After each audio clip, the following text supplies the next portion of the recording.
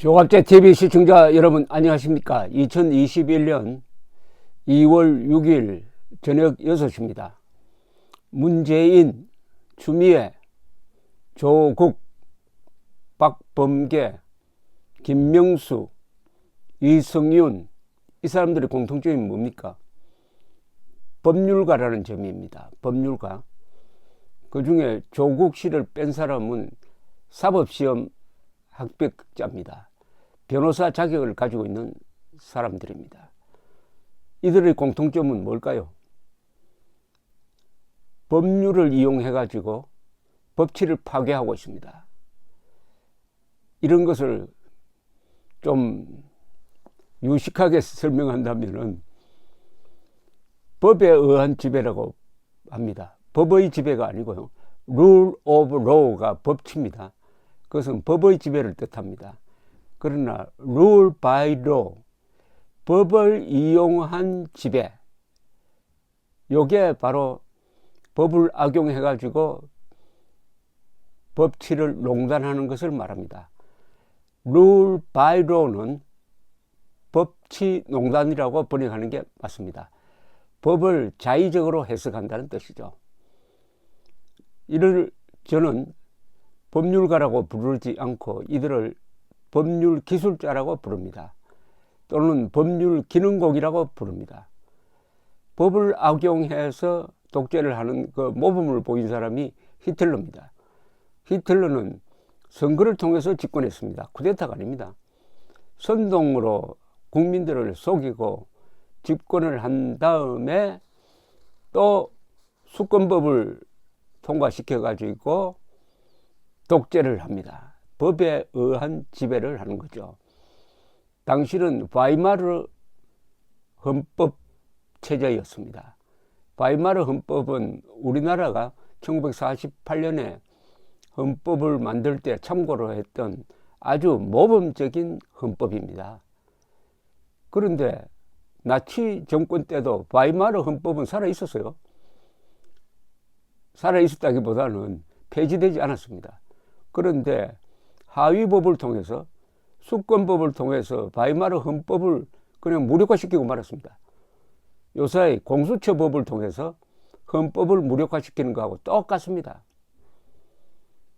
문재인 정권이 가는 길이 바로 파쇼의 길입니다. 파쇼의 길을 여는 사람들이 법률 공부를 한 사람이라는데 문제의 심각성이 있습니다. 우리나라 법학 교육이 잘못한 게 몇 개가 있습니다.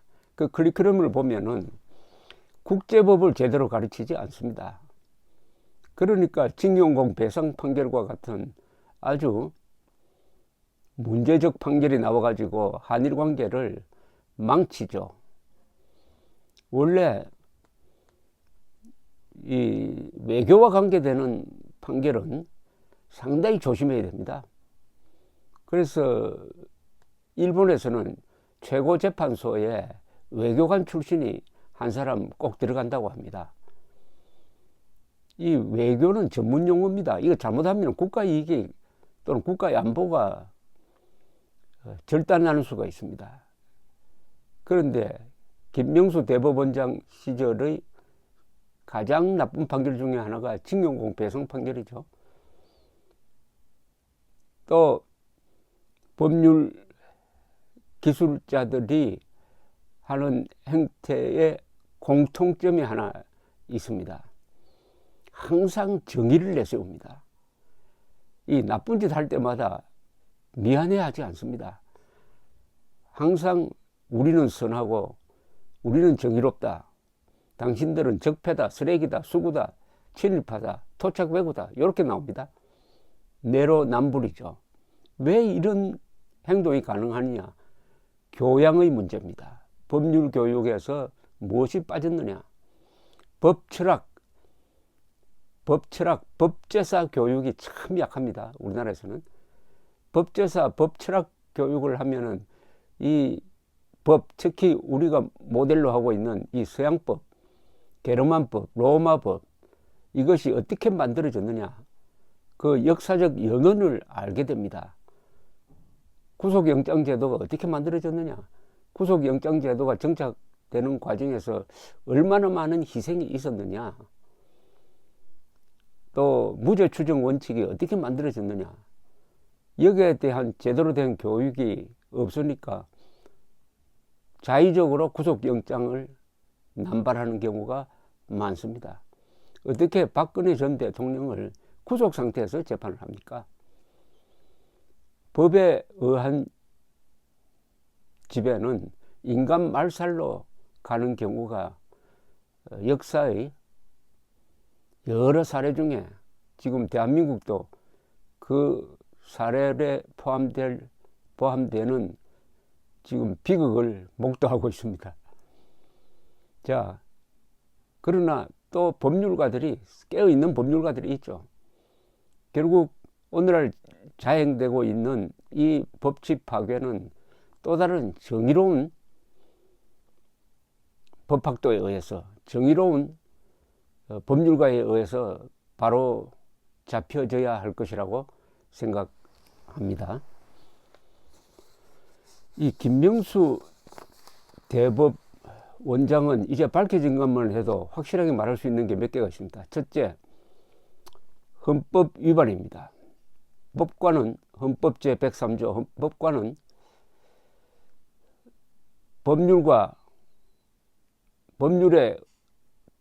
헌법과 법률에 따라서, 그리고 양심에 따라서 독립적으로 심판한다. 에다가 김명수 씨는 여당의 생각을 존중해서 재판한다 라는 기준을 멋대로 하나 집어넣었습니다. 법률 위반이 아니라 헌법 위반입니다. 두 번째, 거짓말쟁이입니다. 세 번째, 거짓말쟁이 중에서도 가장 수준이 심한 거짓말을 허위공문서 작성이라고 합니다. 국회에 공문을 보내면서 임성근 부장판사와 만나서 탄핵을 논의한 적도 없다라고 거짓말을 했습니다. 들통이 났습니다. 허위공문서 작성자입니다. 그리고 그만두겠다는 사람은 사표를 수리해야 되는데 사표 수리를 거부하고 탄핵을 받도록 함으로써 직권남용의 혐의가 있습니다. 직권남용, 허위공문서 작성, 거짓말쟁이, 헌법위반, 이 네 개를 한꺼번에 한 사람이 지금 대법원장 자리에 앉아 있으면은 수천 명의 법관이 참 치욕스러운 존재가 되는 거죠. 결국 법관들이 들고 일어나서 이 문제를 정리를 해야 합니다. 한번 지켜보겠습니다. 그런데 여러분 기억나십니까? 취임사 때, 2017년 취임사 때 뭐라고 했는지 기억나십니까? 법관의 독립이 위협을 받을 때는 온몸을 던져서 맡겠습니다 라고 했습니다. 법관의 독립이 위협을 받을 때 온몸을 던져서 거기에 가담하겠습니다 라고 말하지 않았습니다. 또 하나, 기억을 더듬어서 제가 기사를 찾아봤습니다. 김명수 대법원장 지명자입니다. 문 대통령이 지명을 했는데 춘천지방법원장을 대법원장에 지명을 했습니다. 이것은 몇 단계가 오른 겁니다. 대법관으로 추천되는 경우에는 보통 고등법원 수석 부장판사 정도 돼야 됩니다. 그것도 대법관 정도입니다. 그 대법관은 경력자 중에 대법원장이 뽑히는 게 정상적이죠. 몇 단계를 뛰었습니다. 몇 단계. 이거는 연대장을 합참의장에 임명한 것하고 비슷합니다. 여러분, 연대장을 합참의장에 임명을 하면은 얼마나 충성하겠습니까? 고마워서 감지덕지 하겠죠. 그걸 노린 문재인 정권은 김명수 대법원장을 이용을 해가지고 양승태 전 대법원장을 구속으로 몰고 가고, 판사들 중에서 자기들 기준으로 적폐 판사라는 사람들을 분류해가지고 검찰이 수사하도록 만들고, 쑥대밭을 만들었습니다.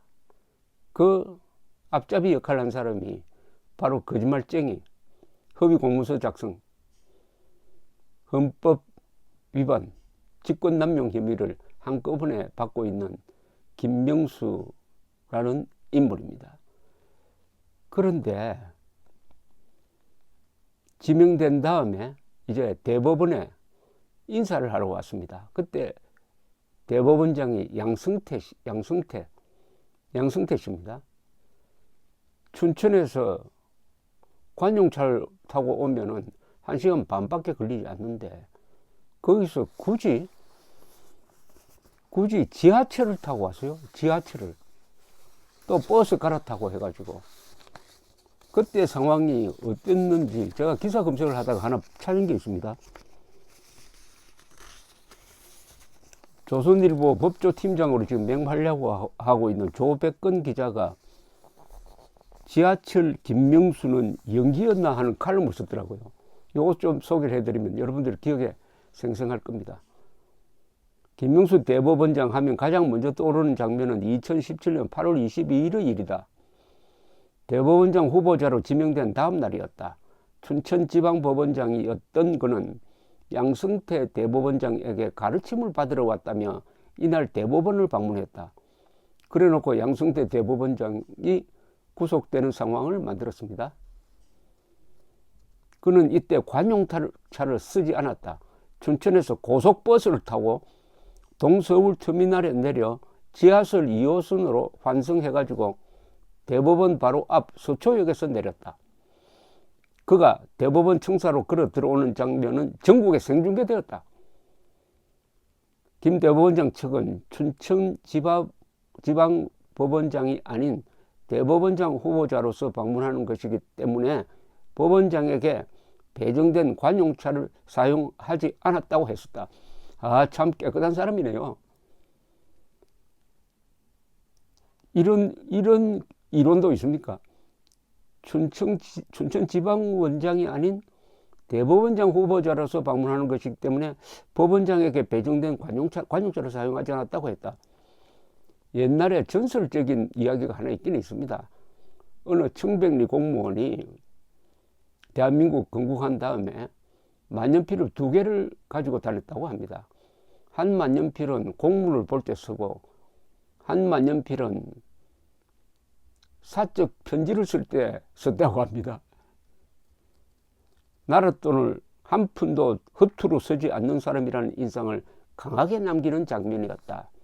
그는 이날 기자들 앞에서 31년 재판만 한 사람이 어떤 수준인지 보여드리겠다고 했다.